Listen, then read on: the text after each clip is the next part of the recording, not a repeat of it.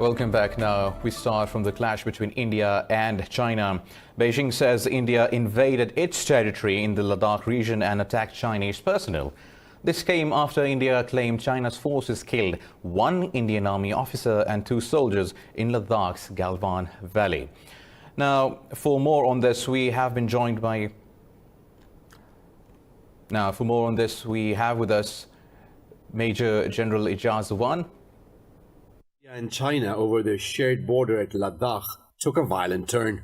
China's Foreign Ministry spokesperson Li Jianzhao says Indian troops on Monday seriously violated the consensus of the two sides by illegally crossing the border twice.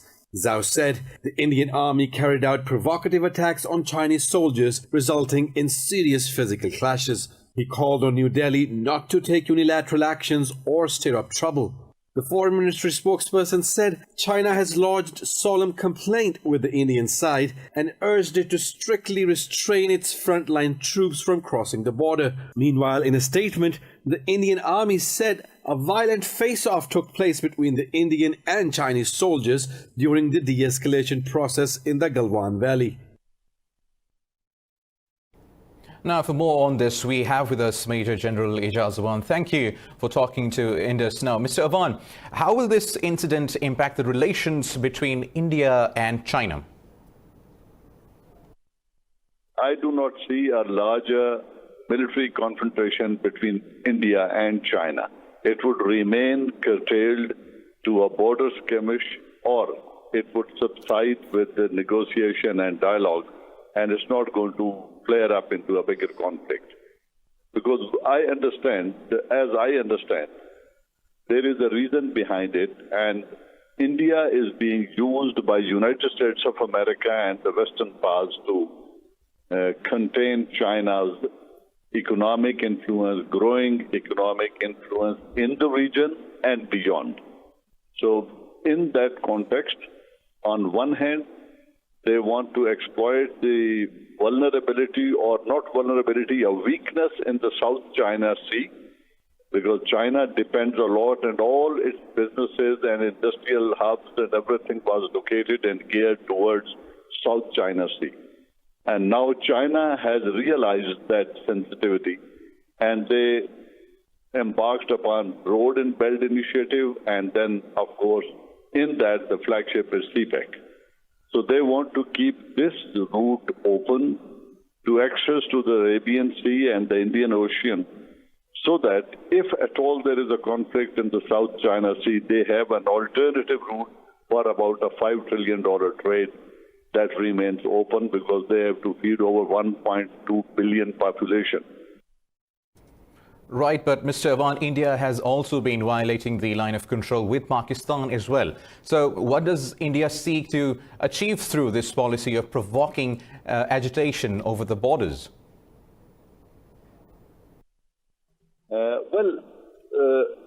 It is just to draw attention, because they have been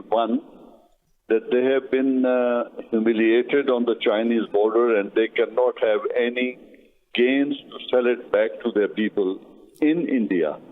This is one reason. And second, there is a trouble in Kashmir, and I personally feel Kashmir has been gifted to India by the United States, and with its influence on the Permanent Five, barring China, and in the UN. So there is no movement against India with regards to the human rights violation of UN resolutions, and changing the status of the Kashmir. Yes, absolutely. So, Mr. Awan, how dangerous can such aggravation between India and China get, and how will that impact the region?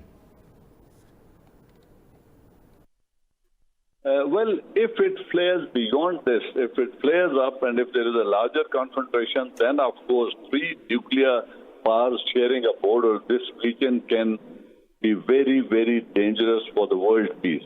But India would stop short of this for four reasons, as I see it. One, that they are no match to the economy of China.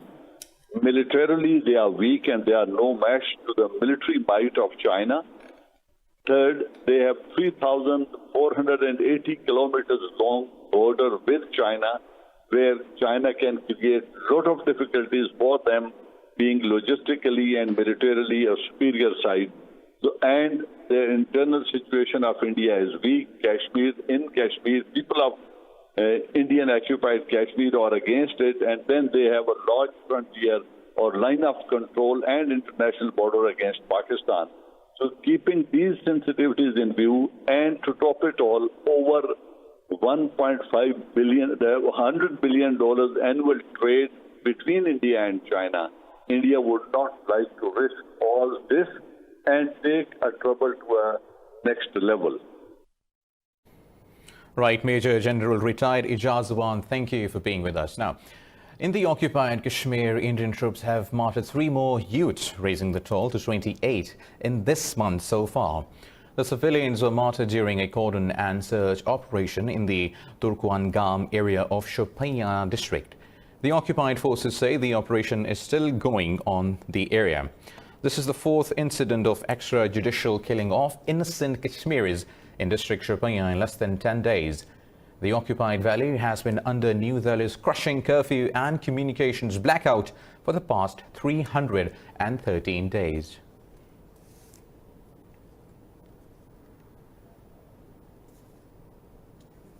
Now, the number of coronavirus cases worldwide has crossed 8 million, with the death count topping 436,000. Brazil reported 627 fatalities in the past 24 hours, taking the countrywide tally to nearly 44,000. In the United States, 390 more people lost their lives, with a toll over 116,000. More details in this report. The world takes action to revive economies. The World Health Organization has warned countries to stay alert on the possibility of a second wave of COVID-19. New clusters of cases have emerged in Beijing, and more than 100,000 cases are being reported across the world every day. The Chinese capital has put more neighbors under lockdown and boosted testing as it tries to contain the outbreak. The number of new cases reported in Beijing in the next 3 days is crucial to predict how the epidemic situation in the city would evolve. The first confirmed case in Beijing was reported on June 11. The city then initiated responses on June 12 and 13, within time and effective measures. For those who have been infected, if they were going to show some symptoms, it would be on tomorrow or the day after. New Zealand has confirmed 2 new cases of coronavirus, ending a 24-day streak of no new infections in the country. Both cases recently arrived from the UK and were given a special exemption to attend a funeral. Meanwhile, the Brussels airport unveiled new safety measures as Europe starts easing border control, with COVID-19 cases declining after 3 months of lockdown. Airport staff will now check the body temperature of outbound passengers before they enter the airport. So only people who have less than 38 degrees may enter the building, but also, the mouth masks, which are mandatory, have to be worn by all passengers and staff. We've also installed a lot of stickers reminding social distancing to every passengers at various steps in the airport process. Elsewhere in Bangladesh, with more than 7,000 police officers infected, officials have turned to yoga to boost immunity and relieve stress. Pakistan has recorded its highest one-day death toll as 111 more people lost their lives. The death toll has risen to 2,839. The Ministry of Health says 4,443 new cases were reported during the past 24 hours. This takes the tally of infections to nearly 149,000. Officials said the recoveries have crossed 56,000, while there are more than 89,000 active cases in the country. Health officials say Punjab and Sindh province have both reported over 55,000 infections. Khyber Pakhtunkhwa has more than 18,000 cases now. Balochistan some 8,000, and the capital Islamabad has more than 8,800 cases. Gilgit-Baltistan and Azad Jammu and Kashmir have collectively reported some 1,800 cases. Now moving on, South Korea's Unification Ministry says North Korea has blown up the Inter-Korean Joint Liaison Office in its border town of Kaesong. The action has escalated tensions on the Korean peninsula after Pyongyang threatened military action against Seoul over propaganda leaflets. Earlier today, North Korea threatened to re-enter the demilitarized border areas. The General Staff of the Korean People's Army said it was ready to execute any measures ordered by Pyongyang's leadership. In response, Seoul said it was coordinating with the U.S. to monitor and detect Pyongyang's military moves. South Korea's defense ministry said its military is prepared for any circumstances, but urged Pyongyang to respect inter-Korean military pact. Moving on, Turkey says it has killed 10 militants in 2 separate operations in eastern part of the country. The Interior Ministry said 7 fighters of the Kurdistan Workers' Party were killed in Siirt and Farasin regions. The ministry said 2 of the fighters were listed in orange category, while 2 others were listed in grey category of the country's wanted list. It said Turkey will continue to destroy weapons caches and shelters used by the terrorists. Meanwhile, 3 other militants were killed in the Van province. The ministry said operations are underway in the region.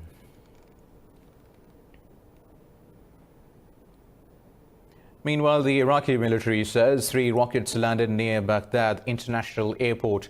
The military said it found rocket launchers with several projectiles in a rural area in western Baghdad. There were no reports of damage or casualties.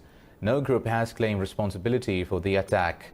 The raid came 4 days after U.S. and Iraqi officials met virtually for a strategic dialogue.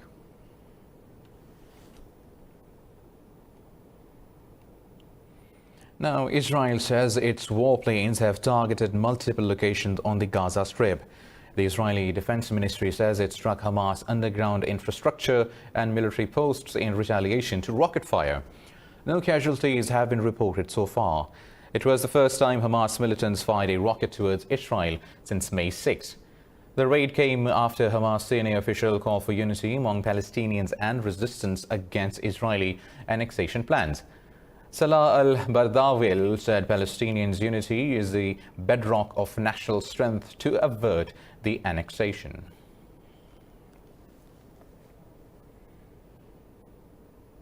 Israeli Prime Minister Benjamin Netanyahu says certain areas in the occupied West Bank may be annexed in stages rather than in a single step.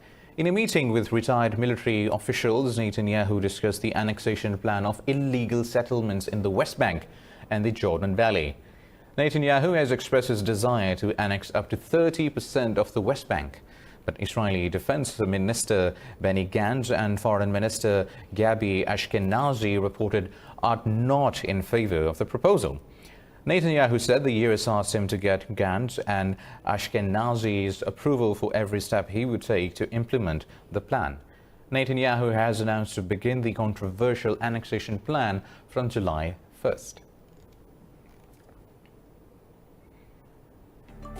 More news coming up after a short break. Stay tuned.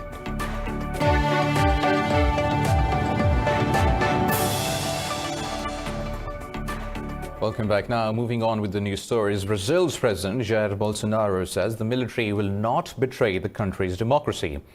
Bolsonaro said he does not approve of the Supreme Court's interference in the executive branch. The president ruled out the use of executive power but said that his patience was running out. His comments come amid an intense ongoing constitutional battle with Brazil's Supreme Court. The former military officer turned politician said the armed forces will not obey any order to remove an elected president. And our armed forces, and I'm also of military, we're truly responsible for democracy in our country. We will never follow absurd orders. We will also never accept a political judgment to ruin a democratically elected president. The Supreme Court is overseeing a probe into Bolsonaro's interference into the matters of federal police appointments. The president is also facing impeachment charges in the Congress. Now, moving on, Mexico says it is ready to sell gasoline to Venezuela on humanitarian grounds despite U.S. sanctions.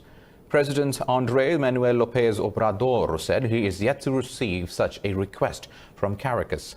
The U.S. has imposed crippling sanctions on Venezuela's oil exports to oust President Nicolas Maduro.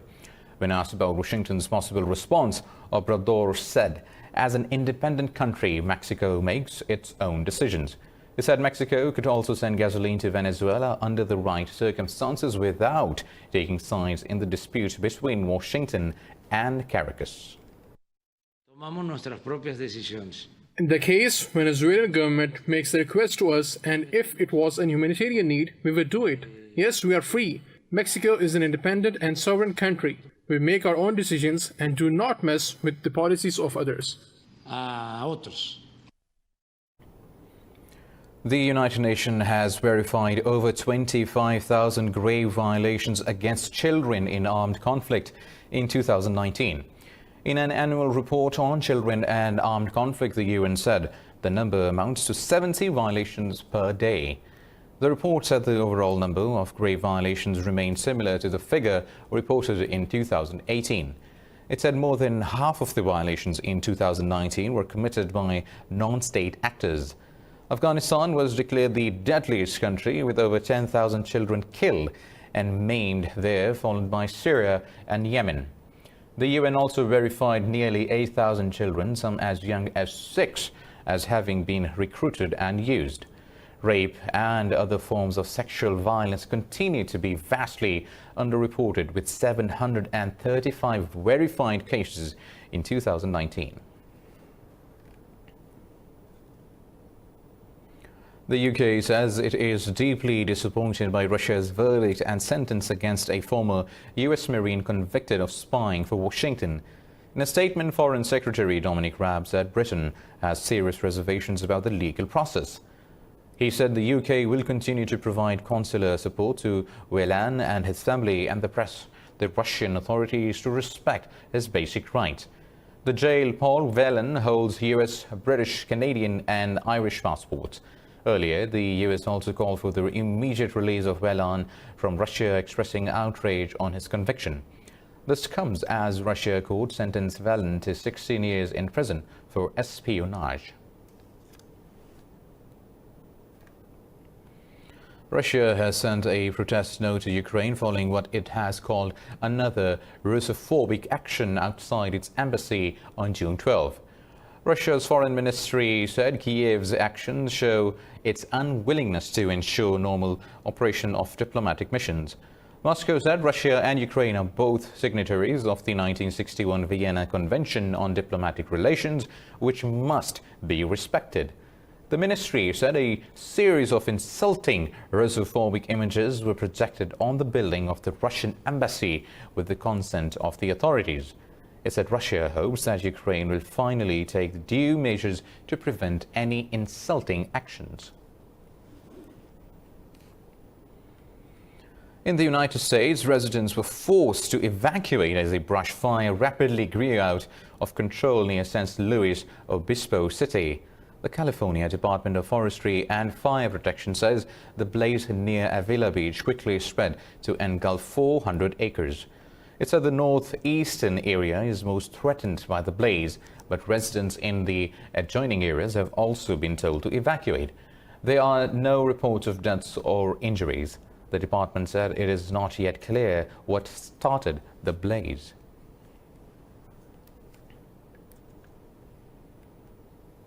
The Academy of Motion Picture Arts and Sciences has delayed the 93rd Oscar Award ceremony by 2 months. The event, originally scheduled for February 28th, will now be held on 25th of April 2021 instead. The Academy Awards have been rescheduled for the first time in 4 decades due to the coronavirus outbreak. The Academy has also extended the deadline by which movies can be released for nominations. The new window has been extended until February 28th, 2021, while submission deadlines have also shifted back. Last time, the Oscars were postponed in 1981 when the ceremony was delayed for 24 hours because of the assassination attempt on President Ronald Reagan.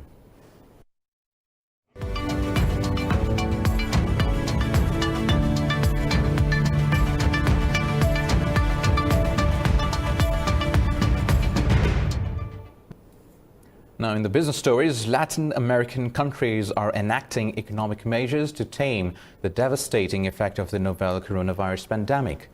Chile has announced a $12 billion citizen support and economic stimulus package after reaching a cross-party agreement. Chile's President Sebastián Piñera said the plan was to be funded by a combination of budgetary allocations, sovereign funds and debt insurance. Piñera said the package includes emergency benefits payments of up to $126 per person for the most vulnerable. The president said the bill will increase funding for local government, civil society organizations and health services. This valuable agreement creates an extraordinary fund above the normal budget of $12 billion, which will allow financing for the next 2 years, all the necessary measures to face these pandemics and to protect your health and protect your jobs and income. Todas las medidas necesarias.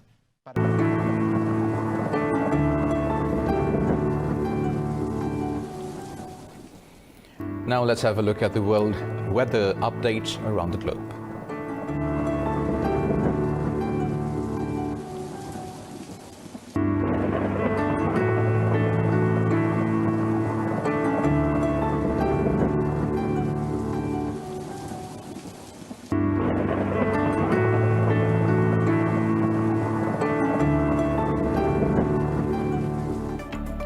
With the weather update, we come to the end of this bulletin. For the latest updates, you can always follow us on social media at indus.news. Take care.